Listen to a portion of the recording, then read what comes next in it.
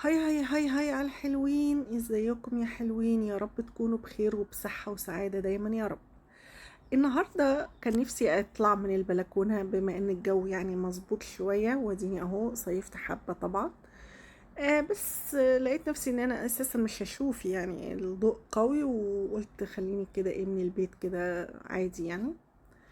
المهم جايين نتكلم عن مين النهاردة؟ ما احنا بقى مساكين سيرة، لازم نمسك سيرة الناس. وطبعا ده مش بمزاجنا، هم اللي بيطلعوا حكاياتهم واسرارهم على الايه، على الملأ، فاحنا كمتفرجين وانا كصاحبة قناة من حقي. هم بيعملوا غلطات وانا جاية ايه اكشف لكم الغلطات اللي هم بيعملوها. يمكن انا عندي وجهة نظر هم ما بياخدوش بالهم، لان هم ايه، مش المخرج خالد يوسف يعني، هم ايه، ام سليم وابو سليم يعني، على قدهم كده في الاخراج والتكتيك. بصوا يا ولاد، فبقول لكم هما يعني على قدهم في التكتيكات. فحد زي انا كده ممكن ايه يكشف ان هو كل ده تمثيل.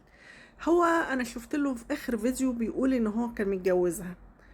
طب اما انت متجوزها ليه جايبها في، يعني هي معناتها ان هي ليها بيت وليها، ليه جايبها في عش الزوجية الاولاني بتاع ام مسلم؟ دي اول نقطة ان انا يعني استغربتها. طب ما انتم ليكم بيت، ليه يعني جايبها وهي بقى دخلت عليكم بقى عشان تعرفوا ان ايه الحبكة الدرامية ما كانتش مظبوطة؟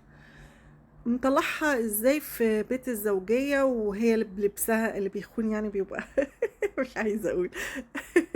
وايه وهي يعني التصوير واللي بتاع، وهو كل واحد يعني بيبقى جاي في باله ان هو داخل على طول بالتليفون او بالكاميرا، هي اكيد ماسكه تليفون هتصور يعني.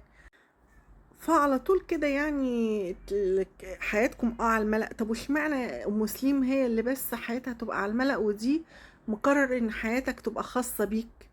دي بقى الحته الحلوه يعني، والتانية هي بتاعه الفضايح والترندات. بس يعني هي دي النقطة اللي أنا اكتشفتها يعني في الموضوع.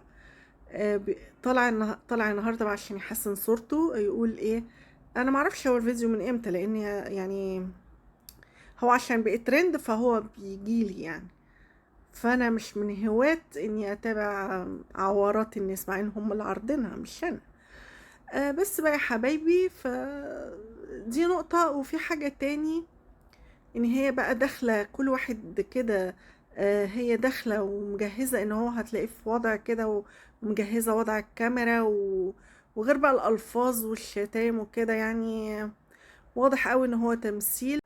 بس يا حبايبي، فواضح ان هو تمثيل وكلها عشان الترند وعشان الشهرة، مع ان هم معروفين يعني، معروفين هو مين وهي مين، فمش محتاجين يعني التمثيلية الساقطة دي كلها. بس ده من وجهة نظري، يمكن حقيقي يمكن لأ.